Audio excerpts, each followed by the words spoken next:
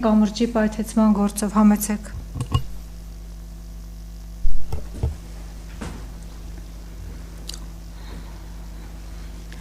Արթուր Տերչանյանը 2022 թվականի օգոստոսի վերջ 28-ին ընդունվել է գործի որպես վարորդ այս գործով եւ Վրաստանից Ռուսաստան բեռների տեղափոխման գործով էլի վարորդ, բեռնատարի վարորդ։ Եվ ամուսինս ճանապարհը հատել է պետական ճանապարհներով, օրինական Վրաստան, Հայաստան, Ռուսաստան պետական միջպետական ճանապարհներով բեռը հասցրել է նշված կետ, այնտեղից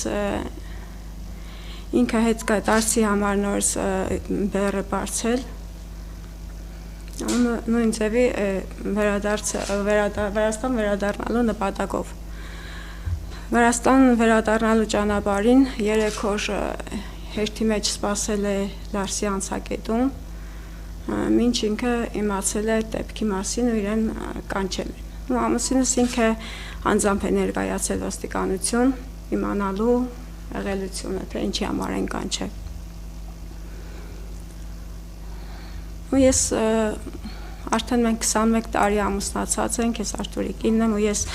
իրան լավ ճանաչելով ես վստահ եմ, որ ամուսինս այդ քայլին չէր գնա, նախ առաջին ինքը չէր վտանգի իր կյանքը,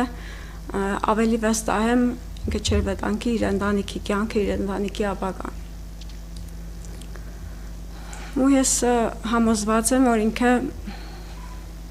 իմանալով հանդերձ այդքան ավելի այդ գործերը ավելի արագ կաներ,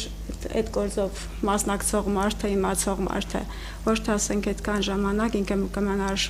Ռուսաստանի Դաշնությունում, միջև հասցնեին ամեն ինչ բարձային իրենց երբակալեին։ Ես վստահ եմ, որ ինքը անմեղ է։ Մինչ փաստաբանին խոսք տրամադրել է, հիշեցնեմ մեր ունկնդիրների համար, որ 2022 թվականի հոկտեմբերի 8-ին տեղի ունեցավ Պայթյուն Ղրիմի կամրջի վրա։ Պայթյունից 4 օր անց 22 թվականի հոկտեմբերի 12-ին Ռուսաստանի անվտանգության դաշնային ծառայությունը հաղորդեց, որ ձերբակալել է 8 անձի Պայթյունի հետ փոխկապակցված լինելու կասկածանքով։ Ըստ ծառայության Պայթյունի մեղավորների թվում է նաև Հայաստանի Հանրապետության քաղաքացի Արթուր Տերչանյանը։